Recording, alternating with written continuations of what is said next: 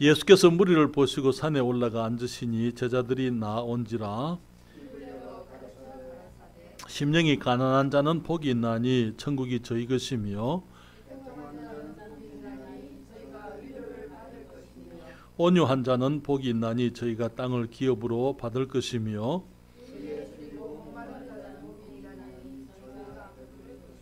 긍휼히 여기는 자는 복이 있나니 저희가 긍휼히 여김을 받을 것이며,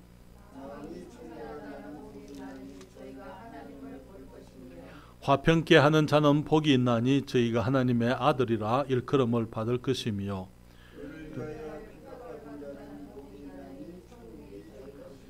나를 인하여 너희를 욕하고 핍박하고 거짓으로 너희를 거스려 모든 악한 말을 할 때에는 너희에게 복이 있나니 같이 읽습니다. 기뻐하고 즐거워하라. 하늘에서 너희의 상이 큼이라. 너희 전에 있던 선지자들을 이같이 핍박하였느니라. 아멘. 아버지 하나님, 이 시간 저희들 다시 한번 주님 앞에 우리의 마음과 우리의 생각과 주님 우리의 삶을 주님 앞에 내려놓사오며, 하나님께서 저희들의 마음에 우리 진리의 말씀, 주님의 말씀으로 채워주시기를 기도합니다. 주님, 험하고 악한 세상을 살아가면서 정말 저희들이 그리스도인으로 살아가기가 우리 힘으로는 불가능하기 때문에 주님께서는 성령님을 주셨고 또 성경의 말씀을, 주의 진리를 우리에게 보여주셨습니다. 아버지 하나님, 저희들이 주의 말씀과 성령의 충만한 가운데 이 땅에서 그리스도인다운 삶을 살아가도록 도와주시고, 주님이 무리를 보시고 산에 올라가 앉으셨을 때 제자들에게 무리들 앞에서 우리의 삶이 어떠해야 우리가 해야 될 일을, 주님이 맡기신 역할들을 감당할 뿐만 아니라 또한 사람들이 예수님을 보게 될 수 있을는지 주님 우리에게 가르치신 이 귀한 말씀을 우리가 새겨듣고 또 우리의 삶에 우리 주님의 모습을 사모하는 저희들 되게 해 주시옵소서. 이 시간을 주께 의뢰하올 때에 이 종이 주의 은총을 사모합니다. 주님의 말씀을 통하여 아버지를 기쁘시게 해드리도록 도와주시옵소서. 예수님의 이름으로 기도하옵나이다. 아멘. 자리에 앉으시겠습니다. 예수님께서 산에 무리를 보시고 산에 올라가셨을 때에 제자들이 나온 것을 주님께서 보시고 입을 열어 가르쳐서 가라사대, 여기 팔복의 인격의 말씀을 주님께서 우리들에게 보여주셨습니다. 우리는 이 산상보훈의 전체를 여러분들이 이해하실 필요가 있습니다. 산상보훈 마태복음 5장에서 무슨 말씀을 하고 있고 6장에서 무슨 말씀을 하고 있고 또 7장에서 무슨 말씀을 하고 있는지 그 말씀을 이해하게 될 때에 우리는 이 지금 3절부터 12절까지 말씀하시는 이 산상보훈의 이 팔복의 인격에 대해서 우리들이 좀 더 이해할 수 있으리라고 생각이 되어집니다. 주님께서는 우리 5장에서 그리스도인의 삶에 있어서 우리의 역할이 무엇이냐 말씀을 하시면서 또 주님께서는 우리가 이 땅에서 종교적인 삶, 우리의 거룩한 삶이, 믿음의 삶이 어떠한 모습이 되어야 할 것인지, 주님께서는 우리의 삶이 바리새인이나 서기관들보다 더 낫지 못하면은, 우리의 의가 바리새인과 서기관보다 더 낫지 못하면은 결단코 천국에 들어가지 못하리라 말씀을 하셨습니다. 우리는 그 말씀을 통해서 이 땅에서 정말 우리들이 살아가면서 필요한 것이 우리 인간들의 의가 아니고 바리새인이나 서기관들보다 더 나은 의, 오직 예수 그리스도의 의가 우리에게 필요한 것을 거기서 가르쳐주고 계십니다. 그러면서 주님께서는 옛사람에게 말한 바 말씀하시면서 율법에 대해서 말씀하시고 나는 너희에게 이르노니 라고 말씀하시면서 주님께서는 차원 높은 율법의 차원 아닌 우리 주님께서 보시는 그리스도인의 삶의 모습이 어떠해야 될 것인지 가르치고 있는 것을 보게 됩니다. 6장에 가서 주님께서는 우리 사람들에게 있어서 이 가장 중요한 것, 이 물질이 가장 중요한데 물질로 인해 가지고 우리가 물질을 섬기지도 말고 물질로 인해서 염려하지도 말라 말씀하시면서 그리스도인의 현실적인 삶의 문제가 무엇인지, 우리의 위험이 무엇인지, 우리가 당하는 유혹과 시련이 어떤 것들인지 주님께서 보여주고 계십니다. 7장에 가서는 주님께서 그리스도인의 삶의 의에 대해서 말씀을 하시는데요. 많은 경우에 우리들이 주님을 알게 되면은 우리들이 빠질 수 있는 위험 하나가 무엇이냐면은 하나님의 말씀의 진리를 알기 때문에 그 말씀을 내게 적용하지 아니하고 다른 사람에게 적용하는 것을 보게 됩니다. 그러면서 7장 1절에서 비판을 받지 아니하려거든 비판하지 말라 말씀하시면서 진리에 대해서 우리가 어떤 모습으로 살아야 할 것인지 가르치고 계시는 것을 보게 되는 것입니다. 그래서 우리가 마태복음 5장과 6장과 7장의 전체적인 것을 우리가 이해하게 되면은 이 마태복음 이 산상설교의 초대에 가르치고 계시는 이 팔복의 인격이 그 모든 삶의 기초가 되는 것을 우리들이 알게 되는 거예요. 우리가 그런 삶을 살게 되기 위해서 우리가 세상에서 어떤 삶을 살아야 될 것이냐 하는 말씀을 말씀하시기 전에 주님께서는 우리들에게 어떠한 사람이 되어야 할 것이냐 말씀을 하시는 것입니다. 그렇기 때문에 마태복음 3장, 5장, 6장, 7장은 성경에서 가장 긴 설교일 뿐 아니라 우리 주님이 친히 하신 설교이기 때문에 너무나 귀하고 복된 말씀이에요. 그래서 산상보훈이라고 사람들이 부르기도 하는데요.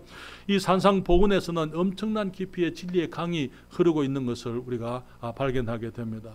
여러분들과 함께 주일날 저녁에 이 말씀을 공부하게 될 때에 모든 분들이 할 수 있는 대로 이 말씀을 빠지지 말고 경청하시고 또 함께 기도하시고 정말 실제적으로 이 말씀을 이해할 수 있게 되기를 바랍니다. 주님 말씀하시기를 심령이 가난한 자가 복이 있다 그렇게 말씀을 했습니다. 주님께서 하시는 그 말씀은 사람들의 철학, 사람들의 자세와는 전혀 다른 것을 보게 돼요. 가난에는 덕이 없습니다. 누구도 가난을 사모하지 않습니다. 그러나 주님은 심령이 가난한 자가 복이 있다고요. 왜? 천국이 그런 자의 것이라고 말씀을 하셨고요. 주님께서 말씀하시길 애통하는 자가 복이 있다. 우는 것에 어떤 덕이 있겠습니까? 만한 그 아름다움이 없지만은 그러나 정말 우리가 진정으로 하나님 앞에서 우리의 모습 때문에 울고 세상의 고통으로 인해서 우리가 울 수 있다면은 그런 사람들이 복이 있다 그렇게 말씀하시고 위로를 받을 것입니다. 그렇게 말씀을 했습니다. 온유한 자가 복이 있다 말씀하시고 땅을 기업으로 받을 것이다.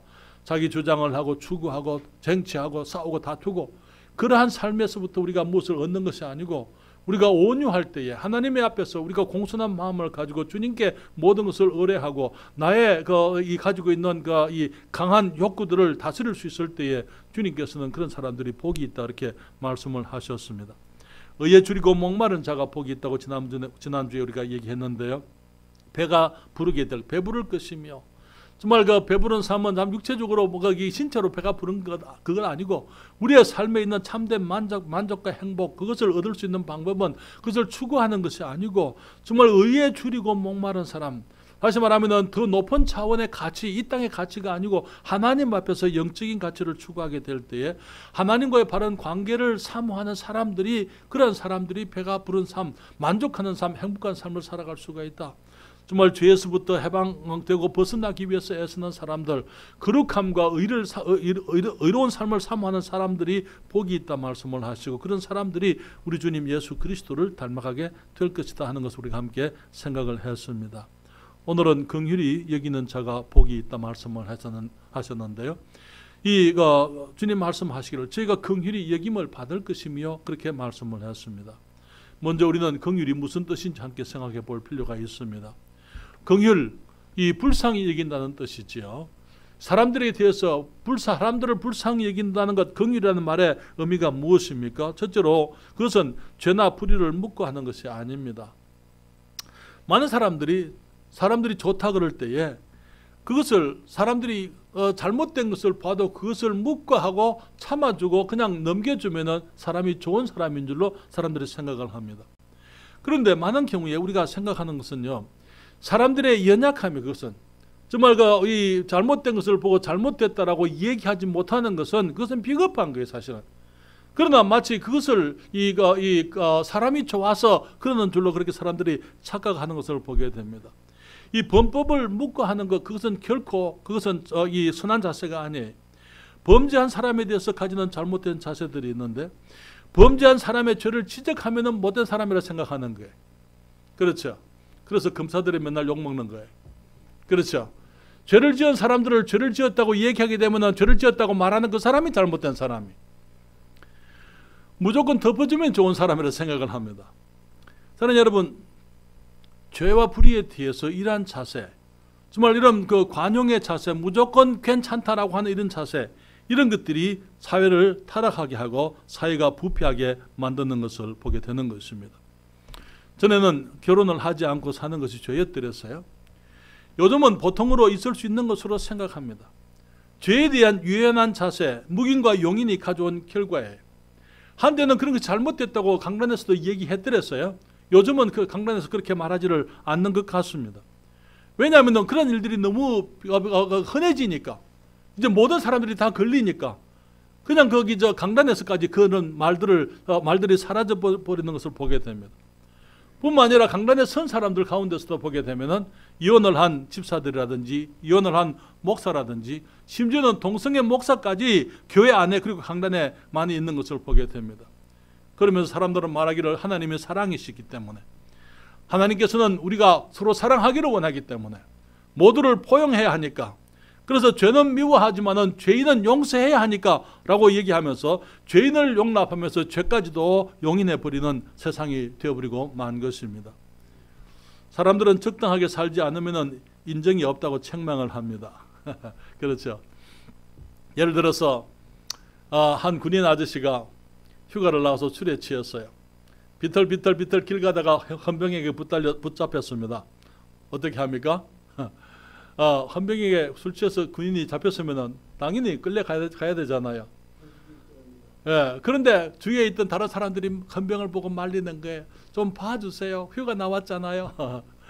좀 봐주세요. 좀 그냥 이번에 좀 넘어가 주세요. 많은 경우에 술을 먹으면 사람들이 실수를 해도 괜찮다고 생각을 해요. 한국 사람들은 술에 대해서 매우 관대한 것 같습니다. 며칠 전에 어떤 분이 저희 집 아파트에 거기 벨을 눌렀어요. 나가봤어요. 이 시간에 누가 우리를 찾아오나 그러고 나가봤더니 한 분이 한잔 하셨어요.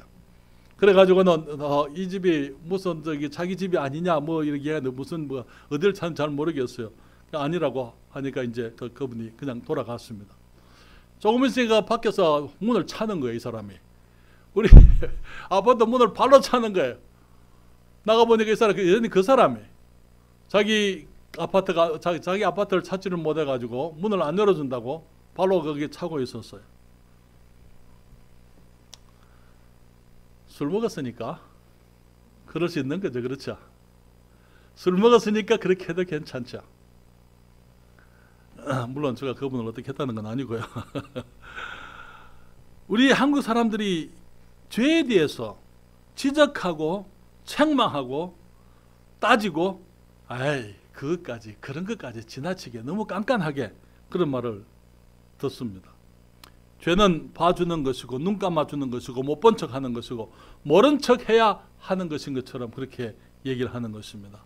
사랑하는 여러분, 우리가 긍휼히 이긴다 혹은 불쌍히 이긴다 때 죄를 묻고 하라 그런 얘기가 전혀 아닙니다. 이런 것은 비겁한 것입니다.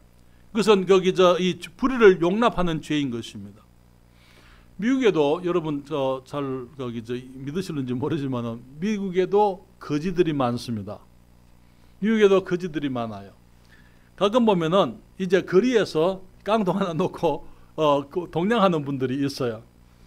그런데 그런 사람들 가운데 진짜로 그분들에게 도움이 필요해서 깡통을 들고 나와 있는 사람들은 그렇게 많지 않습니다. 남자들이 혹은 여자들이 아이들이 이렇게 나와서 거기 깡통을 두고 있을 때에 여기에 진짜로 도움이 필요한 사람들은 많지 않아요. 그래서 대부분이 보면 마약 중독자들, 술주정뱅이들 그런 사람들이. 그래서 만약에 그 사람들이 진짜 그들이 말하고 있는 것처럼 돈이 없는 사람들이라면은, 그래서 힘든 사람이라면은 미국은 기회의 나라예요. 얼마든지 나가서 일할 수 있고 얼마든지 내가 원하기만 하면은 내가 안정된 삶을 살 수 있는 나라가 미국입니다. 그런데 그들이 그렇게 살지 못하는 이유가 뭐예요?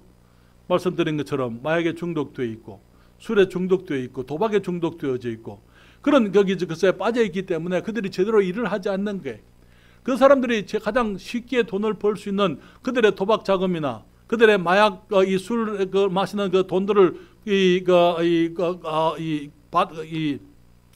구할 수 있는 길은 동냥하는 거예요. 많은 사람들이 지나가다가 그 사람들에게 돈을 던져줍니다. 그런데 사실은 그런 사람들을 불쌍히 여겨서 돈을 던져주는 것은 그 사람들이 자기들의 문제에서부터 헤어나지 못하게 만드는 것입니다. 만약에 사회가 그 사람들의 문제를 알고 그들을 불쌍히 여기지 말고 그들에 대해서 냉정하다면 그 사람들은 그것을 통해서 자기들의 문제에서 이 공급받지 못할 때에 그들은 자기들의 문제에서 벗어나려고 할 거예요. 그렇기 때문에 실제로 그런 사람들을 그들에게 잘해주는 것이 그들에게 친절한 것이 아니고 그들로 하여금 그 문제 속에서 빠져나오지 못하도록 계속 그들을 붙들고 있는 것이 되는 것입니다. 여러분, 진정한 긍휼이라고 하는 것은요, 사람들을 고통에서 건져주고 해결해 주려는 마음인 것입니다. 사람들을 고통에서부터 그들이 빠져있는 문제 속에서부터 나올 수 있도록 도와주는 것, 그들의 문제를 해결할 수 있도록 그렇게 도와주려고 하는 그 마음이 진정한 긍휼이라는 것입니다. 여러분, 그것은 하나님의 인격적인 속성입니다. 하나님이 어떤 분이십니까? 하나님께서는 인격적으로 이 균형 잡힌 인격적 속성을 가지고 계십니다. 다시 말하면 하나님은 사랑이십니다. 그렇지만 하나님은 공의이십니다. 거기에 균형이 있어요. 하나님이 사랑이시죠. 많은 경우에 사람들은 사랑의 하나님을 강조하지만은 그러나 공의의 하나님에 대해서 등한히 할 수가 없는 게, 여러분, 하나님께서 사랑하시기 때문에 그의 아들을 보내셨지만은 하나님이 공의이시기 때문에 그 아들을 십자가에서 죽게 했다는 것을 우리들이 기억해야만 되는 게, 하나님께서는 공의, 사랑만 아니에요. 하나님은 공의의 하나님이라는 것입니다. 하나님은 광대하신 분이시지만은 또한 섬세한 분이에요. 우리가 이 온 우주를 보게 되면은 우주의 창조가 얼마나 광대한지 우리가 정말 그 감탄이 나올 수가 있어요. 그렇지만 또한 마찬가지로 조그마한 이 곤충들의 세상, 거기에도 완벽함이 거기에 있는 것을 보게 되는 거예요. 하나님의 섬세하심이 그곳에 함께 깃들여져 있는 것을 보게 되는 것입니다. 하나님은 의로우시지만은 또한 자비하신 분입니다. 하나님께서 공의로워서 사람들을 심판하시고 죄를 주님이 징벌하시지만은 그러나 그 가운데서도 그 긍휼을 잊지 아니하시는 분이 우리 하나님이라고 성경은 말하고 있는 것입니다. 그래서 그분은 자비의 표현에 있어서 은혜로우시며 긍휼이 많으신 분이신 것입니다. 여러분, 우리가 여기서 우리가 하나님의 속성에 대해서 이해해야 될 두 가지 단어가 있습니다. 하나는 은혜라는 단어예요. 은혜의 뜻이 무엇입니까? 은혜의 뜻은 죄인들에게 받을 수 없는 것, 합당하지 않은 것을 베푸시려는 하나님의 마음이, 베푸시려는 것이 하나님의 은혜입니다. 다시 말하면 우리는 자격이 없는 사람들이에요.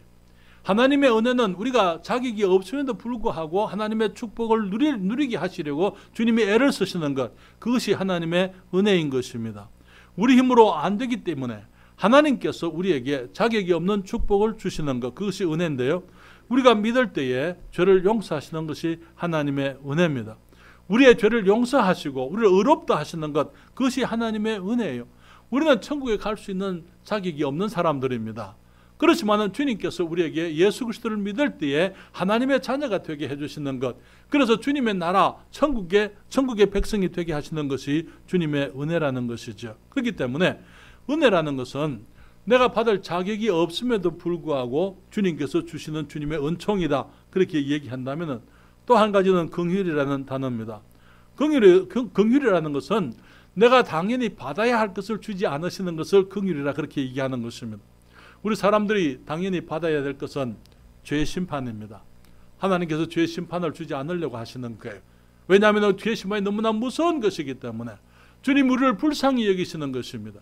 그렇기 때문에 우리가 마땅히 받아야 될 우리의 죄값을 주님께서 우리에게 주지 아니하시고 대신에 그의 아들 예수 그리스도께서 그 죄값을 당하게 하심으로 말미암아 우리로 하여금 그 죄의 의무에서, 죄의 빚에서부터 우리가 벗어날 수 있도록 하시는 것입니다.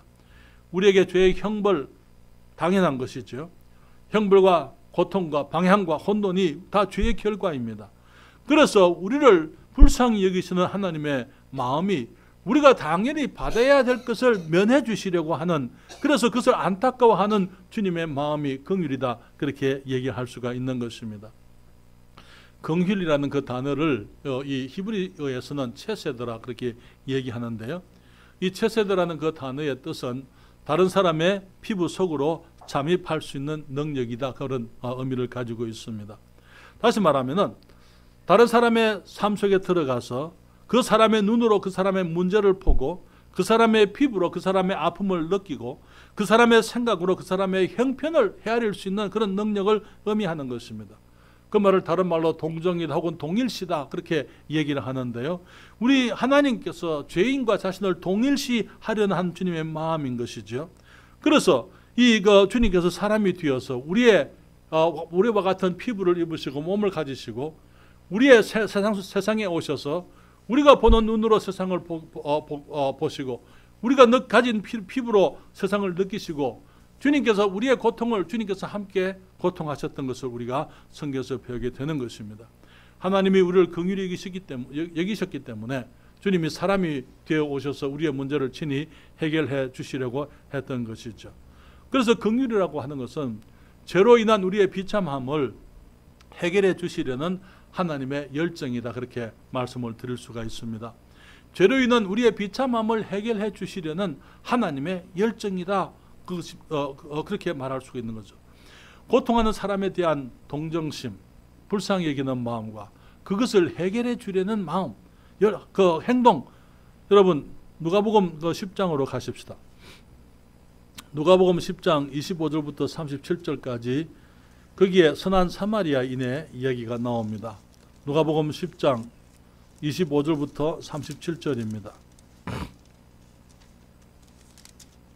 누가복음 10장 25절부터 37절까지 성경이 말씀합니다. 어떤 율법사가 일어나 예수를 시험하여 가로되 선생님 내가 무엇을 하여야 영생을 얻으리이까? 예수께서 이르시되 율법에 무엇이라 기록되었으며 내가 어떻게 읽느냐? 대답하여 가로되 내 마음을 다하며 목숨을 다하며 힘을 다하며 뜻을 다하여 주 너의 하나님을 사랑하고 또한 내 이웃을 내 몸과 같이 사랑하라 하였나이다. 예수께서 이르시되 내 대답이 옳도다. 이를 행하라. 그러면 살리라 하시니 이 사람이 자기를 옳게 보이려고 예수께 여짜오되 그러면 내 이웃이 누구오니이까? 예수께서 대답하여 가라사대 어떤 사람이 예루살렘에서 여리고로 내려가다가 강도를 만나매 강도들이 그 옷을 벗기고 때려 급한 죽은 것을 버리고 갔더라.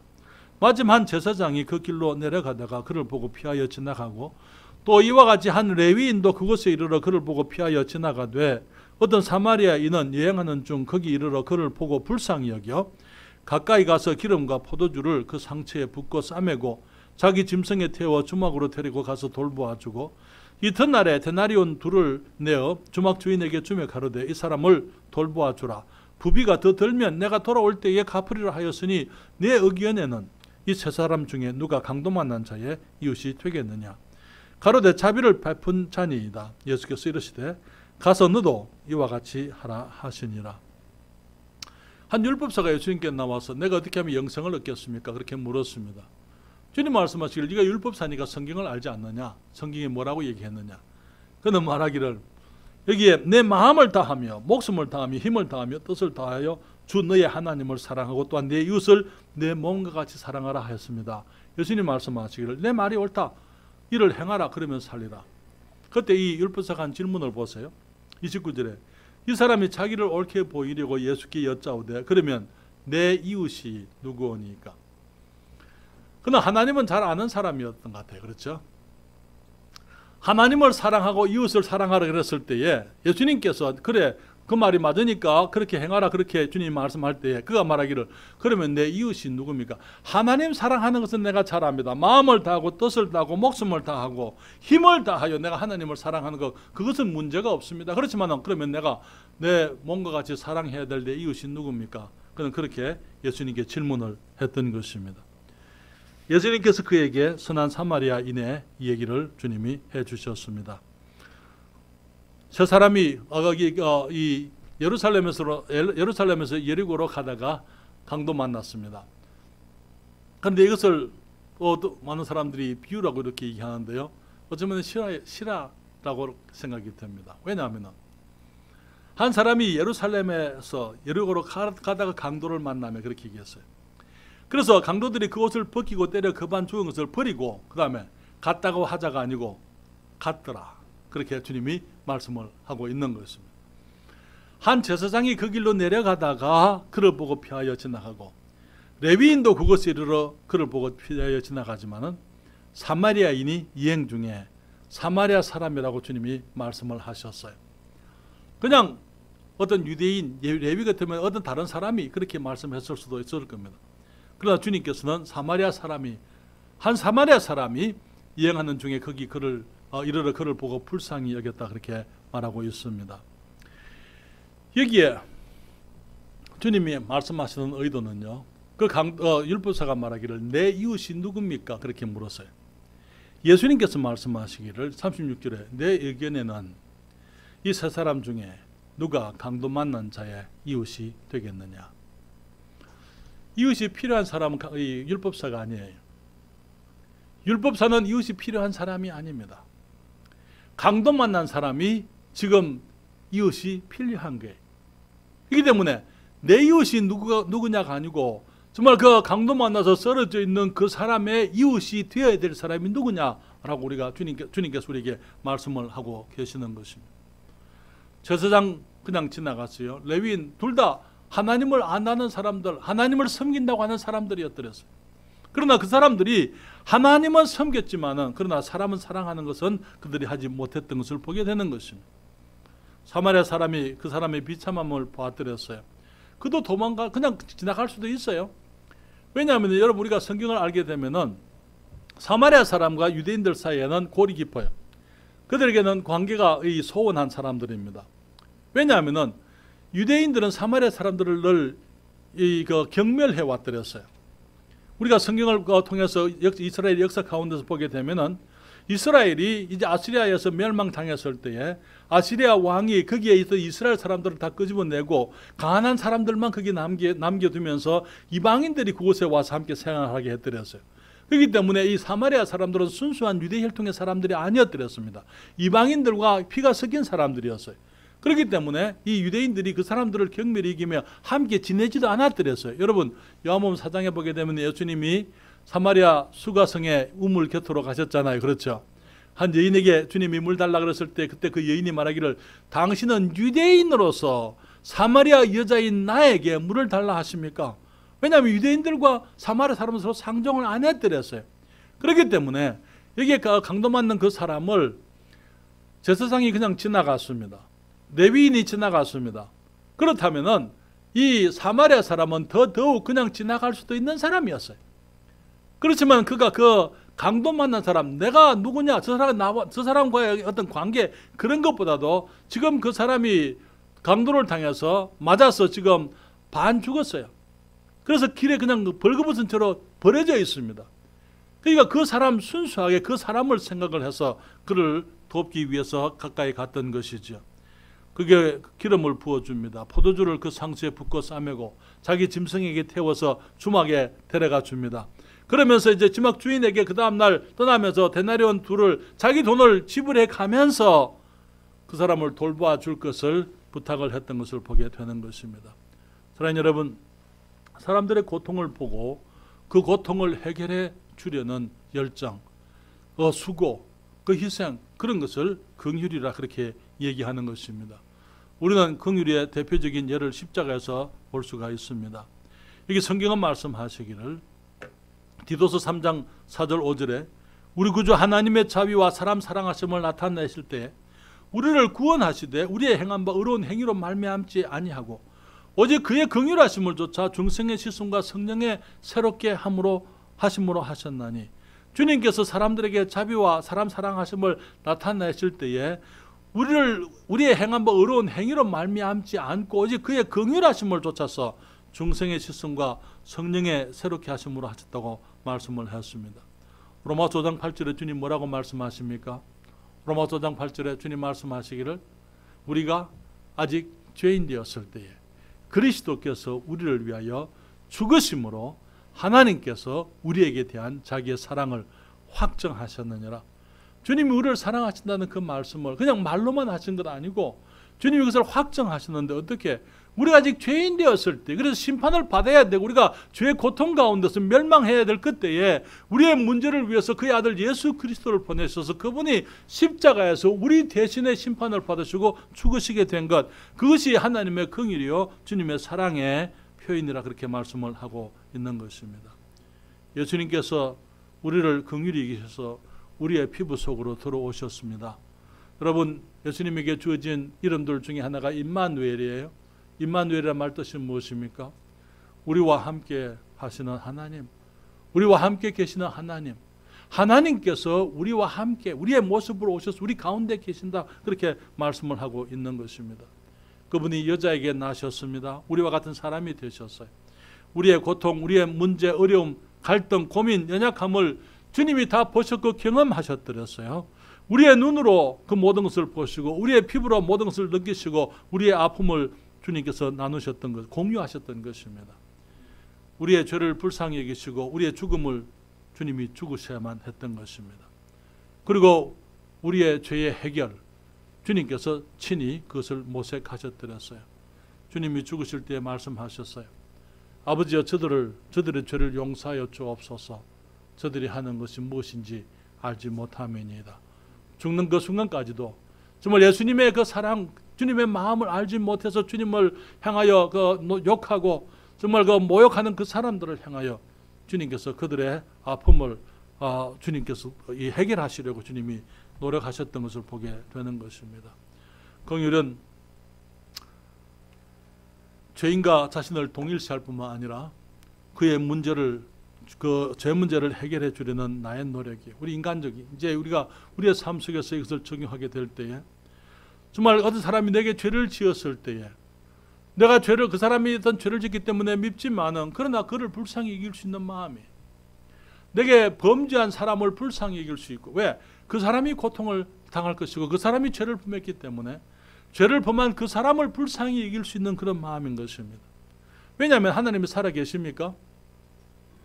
하나님이 살아 계시다면은 죄를 당한 사람을 주님이 위로하시지만은 죄를 범한 사람들을 주님이 심판하실 거예요.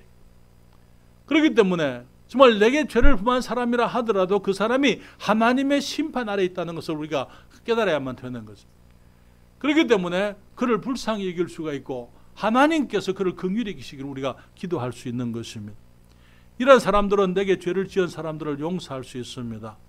뿐만 아니라 용서할 뿐만 아니라 정말 예수님의 사랑처럼 그 사람의 죄를, 그 죄값을 내가 대신 갚을 수 있기를 원하는 것, 그 긍휼의 모습인 것입니다. 나를 아프게 한 죄지만은 그 값을 내가 치르려고 하는 것, 그것이 우리 그리스도인들의 이 긍휼의 모습이 되어야만 하는 것입니다. 전에 이런 말씀을 드렸는데요. 시카고에 한 신학생이 있었어요. 이름이 아론입니다. 그가 이제 여름 방학 때, 미국에는 여름 방학이 되면은 대개 학생들이 아르바이트를 해야 됩니다. 그래서 이제 그 일을 해서 여름 방학 3개월 동안 돈을 모아야 그 다음에 진학을 할 수가 있는 게, 그 다음에 이제 그 학기에 진학을 할 수 있어요. 대부분 이제 우리 미국의 신학생들이나 대학생들은 부모의 도움으로 공부하는 학생들이 남자들은 특별히 거의 없습니다. 모두가 자기가 일해가면서 그렇게 공부를 하게 됩니다. 그런데 이제 이 아론도 마찬가지로 여름에 이제 거기 돈을 아르바이트를 해서 돈을 벌어야 되는데 이제 거기 방학이 오기 전에 기도를 했어요. 주님, 내가 이번 방학 동안에 어디에서 인턴이라도 해서 교회에서 일할 수 있도록 사역을 좀 주십시오. 그런데 이제 방학이 시작이 됐는데도 그런 기회가 어느 교회에서 오라는 그런 곳이 없습니다. 결국은 시카고의 한 버스 운전, 한 라우트를 도는, 이제 한 구역을 도는 이 버스 운전수가 되었어요. 한 번은 이제 버스를 타고 가는데 동네 갱들이 탑니다. 갱들이 타가지고는 돈을 안 내고 내리는 거예요. 그리고 그런 일이 며칠 계속됐어요. 같은 구역에 거기에 그 정류장에 오기만 하면은 이 갱들이 타가지고는 그냥 온갖 장난들 치고 운전수를 조롱을 하고 그러면서 이제 또 내리고, 그렇게 며칠을 계속을 했어요. 그러니까 한 번은 이제 이 갱들이 탔을 때에 이 아론이 버스를 몰고 바로 파출소로 가버렸어요. 그래서 이제 거기 파출소에 갔는데 이제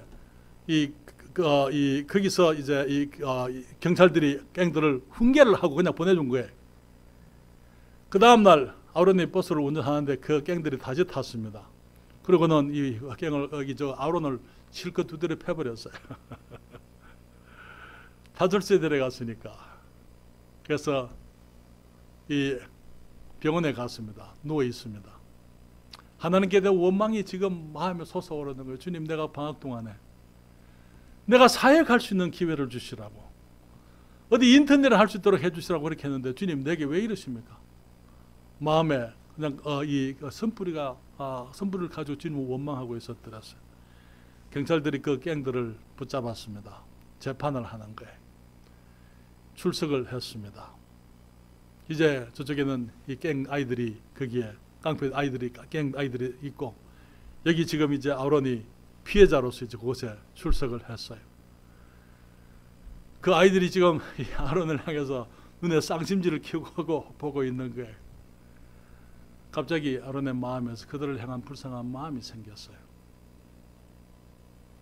판사가 판결을 했습니다. 마지막에 판사가 아론에게 발언할 수 있는 기회를 줬습니다. 아론이 하는 말이, 판사님, 내가 한 가지 요청이 있습니다. 저 아이들이 범한 죄 형벌을 내가 대신 받게 해주십시오.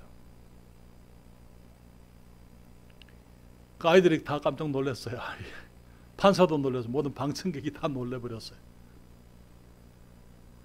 그때 판사가 하는 말이, 아니야, 그런 일은 있을 수가 없어. 그런 일은 그렇게 될 수 있는 일이 아니야. 저 아이들이 죄를 지었으니까 저 아이들이 심판을 받아야 되는 거지, 그것을 자네가 어떻게 그것을 받을 수 있겠는가? 그때 그런 일은 있을 수가 없는 거야. 그때 아론이 거기서, 예, 판사님, 전에 그런 일이 있었습니다. 내가 죄인이었는데 예수님께서 내 죄값을 친히 갚으시려고 내가 받아야 될 형벌을 주님이 홀로 십자가에서 당하셨습니다. 판사님, 내가 저 갱 아이들의 죄를, 벌을 받게 해주십시오. 왜냐하면 내가 저들을 사랑하기 때문입니다. 주님께서 그 마음속에, 그 여름에 아론으로 하여금 사역이 무엇인지, 그리스도인의 사역이 무엇인지 그에게 가르쳐 주셨던 것이죠. 사랑하는 여러분, 긍휼이라고 하는 것은 사람들을 불쌍히 여기지만은 그들의 고통을 해결해 주기 위해서, 그들의 죄값을, 그들의 문제를 해결해 주기 위해서 내가 값을 지불하면서 내가 애쓰는 나의 노력인 것입니다. 긍휼의 결과는요, 긍휼히 여김을 받을 것이다, 그렇게 얘기를 했어요. 주님이 우리를 긍휼히 여기십니다. 주님 말씀하시기를, 우리가 이 산상 설교에서도 말씀을 하셨습니다만, 주님의 기도, 주기도문에서도 우리가 우리에게 죄 지은 자를 사하여 준 것 같이 우리 죄를 사하여 주옵시고, 그렇게 얘기했어요. 그렇죠? 그 말은 무슨 말입니까? 정말 우리가 사람들을 기꺼이 용서하려고 하는 주님의, 그리스도인들의 자세를 말하는 거예요. 우리들이 정말 사람들의 죄를 나는 용서하지 않으면서 내 죄를 용서해 주세요, 그렇게 얘기할 수가 없는 것입니다. 우리들도 긍휼이 필요한 사람이라는 것을 알고 우리가 다른 사람들을 긍휼히 여길 수 있어야만 되는 것입니다. 요한일서 2장 15절 16절에 주님 말씀하시기를, 만일 형제나 자매가 헐벗고 일용할 양식이 없는데 너희 중에 누구든지 그에게 이르되 평안히 가라, 더럽게 하라, 배부르게 하라 하며 그 몸에 쓸 것을 주지 않으면 무슨 이익이 있으리요? 만약 어떤 긍휼이 필요한 사람이 있는데 그 사람을 내가 돕지 않으면서 내가 긍휼히 그 사람을 사랑하고 긍휼히 이긴다 할 수가 없다 하는 것이죠. 요한일서 3장 15절부터 18절에 그 형제를 미워하는 자마다 살인하는 자니 살인하는 자마다 영생이 그 속에 거하지 아니하는 것을 너희가 아는 바라.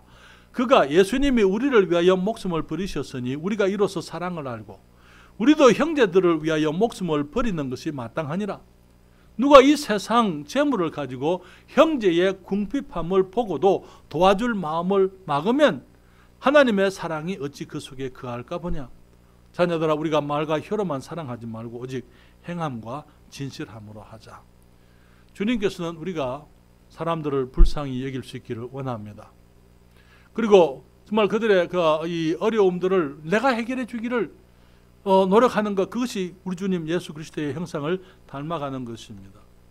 우리가 사람을 긍휼히 여길 때에 주님께서 우리를 긍휼히 여기시는 것이죠. 요한일서 2장 1장 9절에 요한일서 1장 9절에 만일 우리가 우리 죄를 자백하면 저는 미쁘시고 의로워서 우리 죄를 사하시며 모든 불의에서 우리를 깨끗게 하실 것이요. 우리 주님께서 우리를 끊임없이 용서하시는데 만약에 우리가 사람들의 죄를 용서하지 아니하면은 주님께서 우리의 죄를 용서하지 않겠다고 주님이 말씀을 하시는 것이죠. 그때 사람들이 우리를 긍휼히 여길 것입니다. 여러분, 지금은 아닐 수 있지만은 어쩌면 앞으로 우리가 사람들의 긍휼이 필요할 때가 올 수 있습니다. 그렇죠? 내가 지금은 다른 사람들의 관심이나 도움이 필요 없지만 항상 그러지 않을 수도 있어요. 언젠가는 내가 다른 사람들의 도움이 실제적으로 필요할 때가 있을 수가 있는 것입니다. 그렇기 때문에 우리는 사람들을 불쌍히 여기고 사람들에게 친절해야 되는 그 이유는 우리가 심는 대로 거둘 것이기 때문에 그런 것이죠. 내가 긍휼을 베풀면, 긍휼을 심으면 긍휼의 열매가 내게 돌아오게 되어져 있는 것입니다. 산상설교에 가르친 많은 가르침 중에 황금률이라는 말씀이 있어요. 황금률이 뭡니까? 골든 룰이라 그렇게 얘기하면 영어로. 황금률이 뭡니까? 남에게 대접을 받고자 하는 대로 너희가 먼저 남을 대접하라는 거예요. 그렇죠? 다른 사람이 내게 어떻게 해주기를 원하는 그 모습으로 내가 먼저 그렇게 하라고 그렇게 말하고 있는 것입니다. 그래서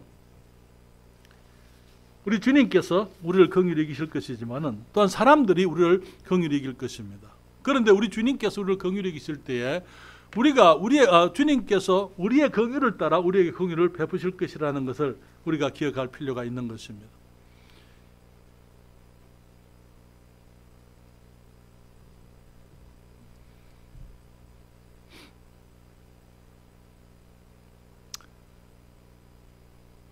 사도 바울의 삶 가운데 사도 바울에게 늘 친절했던 한 사람이 있었습니다.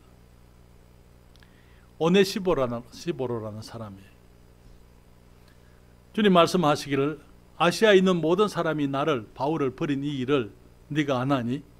그 중에 부겔로와 흐모게네가 있느니라. 부겔로와 흐모게네라는 사람이 바울을 버려버렸어요. 그러면서 그는 말하기를 원컨대 주께서 오네시보로의 집에 긍휼을 베푸시옵소서. 오네시보로라는 사람에 대해서 얘기를 합니다. 저가 나를 자주 유쾌케 하고 나의 사설에 매인 것을 부끄러워 아니하여 로마에 있을 때에 나를 부지런히 찾아 만났느니라.